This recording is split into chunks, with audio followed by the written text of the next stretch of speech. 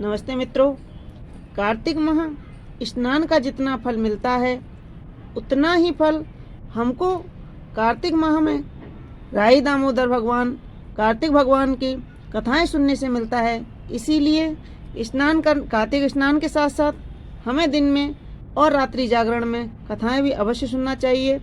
इससे हमें सुख समृद्धि और अक्षय फल की प्राप्ति होती है और हमारे घर में लक्ष्मी स्थिर रहती है।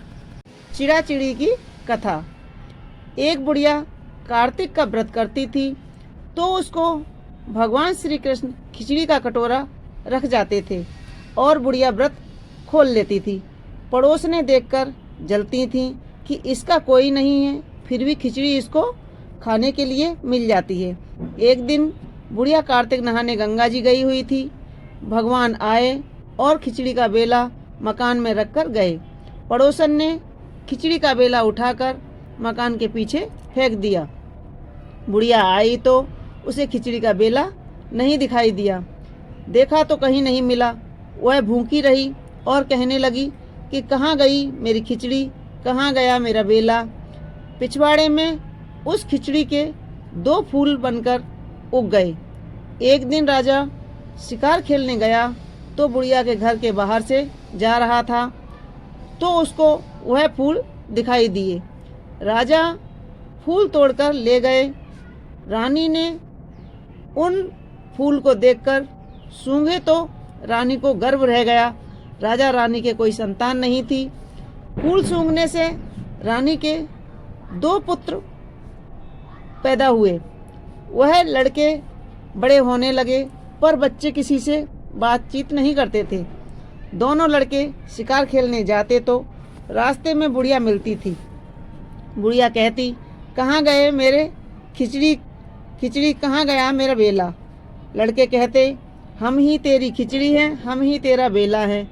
जब भी लड़के शिकार खेलने जाते बुढ़िया कहती तो लड़के वही जवाब देते। राजा को पता चला तो राजा ने बुढ़िया को बुलाया और कहा कि हमसे तो यह बोलते नहीं हैं, तुझसे कैसे बोलते हैं।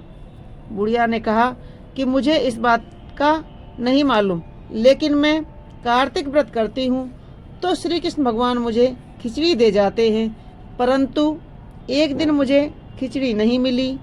तब मैं कहने लगी कि कहाँ गई मेरी खिचड़ी, कहाँ गया मेरे बेला।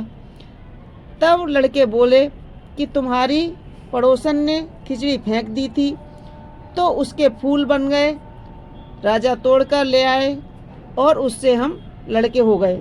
हम तो भगवान ने बुढ़िया के लिए भेजा है। तब राजा ने बुढ़िया को अपने महल में ही रख लिया। कार्तिक स्नान का जैसा फल कृष्ण भगवान ने बुढ़िया को दिया ऐसा सबको देवें। जो कथा सुने उसकी सभी मनोकामना पूरी हों। तो मित्रों, यह थी हमारे कार्तिक चिड़िया चिड़ी की कथा।